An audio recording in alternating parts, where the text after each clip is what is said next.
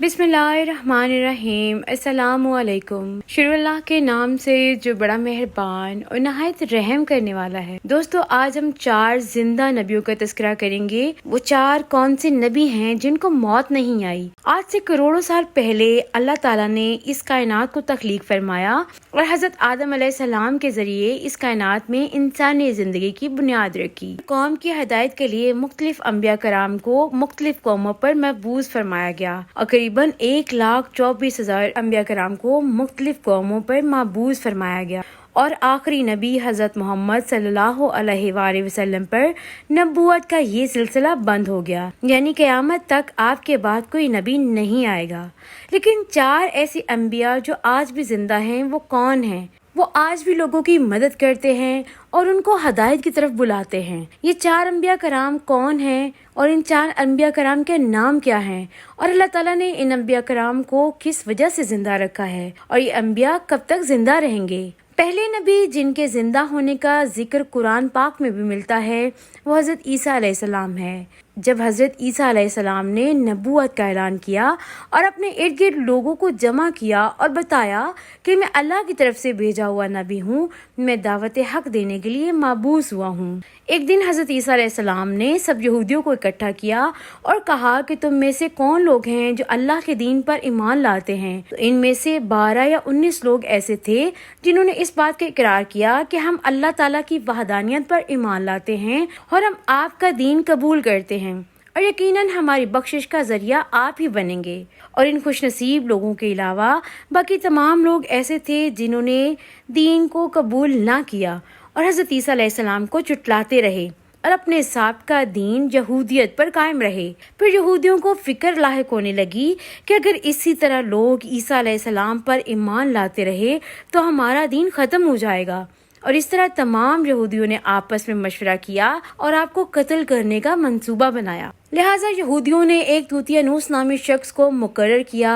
जब तूतियानूस आपको कत्ल करने के इरादे से आपके घर पहुंचने ही वाला था कि अल्लाह ताला ने अपने फरिश्ते को हुक्म दिया कि हज़रत ईसा अलैहिस्सलाम को आसमान पर उठा कर ले आओ। जब आप अलैहिस्सलाम आसमान पर पहुंचे तो पहली मुलाकात आपकी वालदा मरियम रज़ी अल्लाह ताला अन्हा से हुई। आपकी वालदा ने आपको गले लगाकर प्यार किया।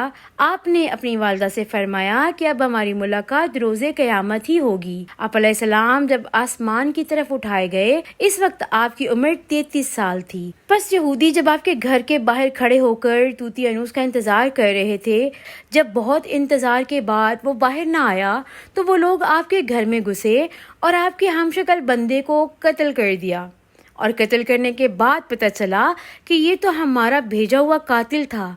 इसके बाद यहूदी 2 गिरोहों में तकसीम हो गए और लड़ने झगड़ने लगे।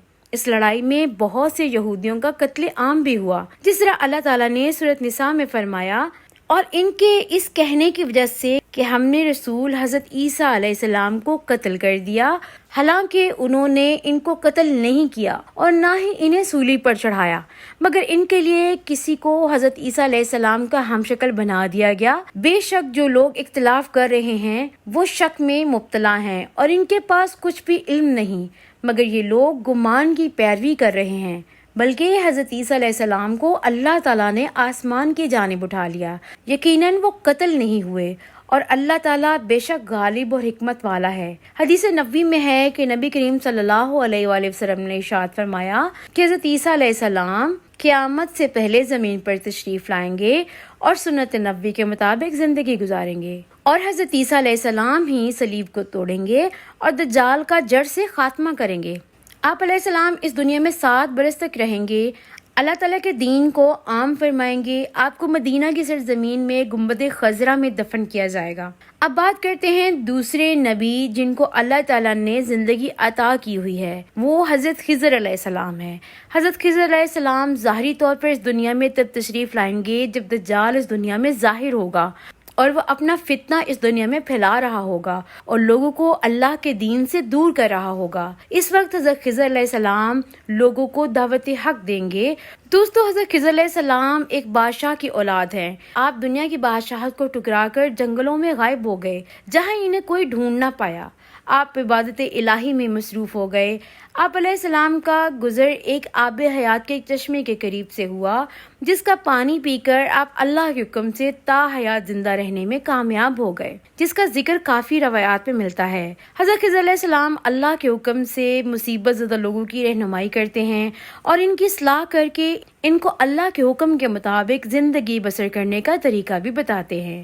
تیسرے زندہ نبی جن کا ذکر قرآن پاک میں 2 جگہ موجود ہے وہ حضرت الیاس علیہ السلام ہیں۔ جس طرح تفاسیر میں بیان کیا گیا ہے کہ حضرت الیاس علیہ السلام کو ایک نوری گھوڑے پر بٹھا کر آسمان کی طرف لے جایا گیا۔ اس بات کا تذکرہ حضرت انس رضی اللہ تعالی عنہ ایک روایت میں کرتے ہیں اور فرماتے ہیں کہ میں اور حضرت محمد صلی اللہ علیہ وآلہ وسلم ایک پہاڑ کے قریب سے گزر رہے تھے کہ ایک آواز سنائی دی کہ اللہ تعالیٰ مجھے بھی حضرت محمد کا امتی بنا دے۔ یہ آواز سنتے ہی اللہ تعالیٰ کے نبی نے مجھے حکم دیا کہ اے انس اس آواز کا پتہ لگاؤ کہ یہ کون ہے۔ انس رضی اللہ تعالیٰ عنہ بیان فرماتے ہیں کہ میں جب پہاڑ کے اندر گیا تو میں نے دیکھا کہ ایک سفید پوش بزرگ اللہ تعالیٰ کی عبادت میں مشغول تھا، اور جب اس نے مجھے دیکھا تو کہا اے بندے تو محمد کا صحابی ہے؟ تو حضرت انس رضی اللہ تعالیٰ عنہ نے کہا جی ہاں۔ اس بزرگ نے کہا کہ میرا سلام محمد صلی اللہ علیہ وآلہ وسلم کو پہنچا دو اور ان کی بارگاہ میں عرض کرنا کہ الیاس علیہ السلام آپ سے ملنا چاہتے ہیں۔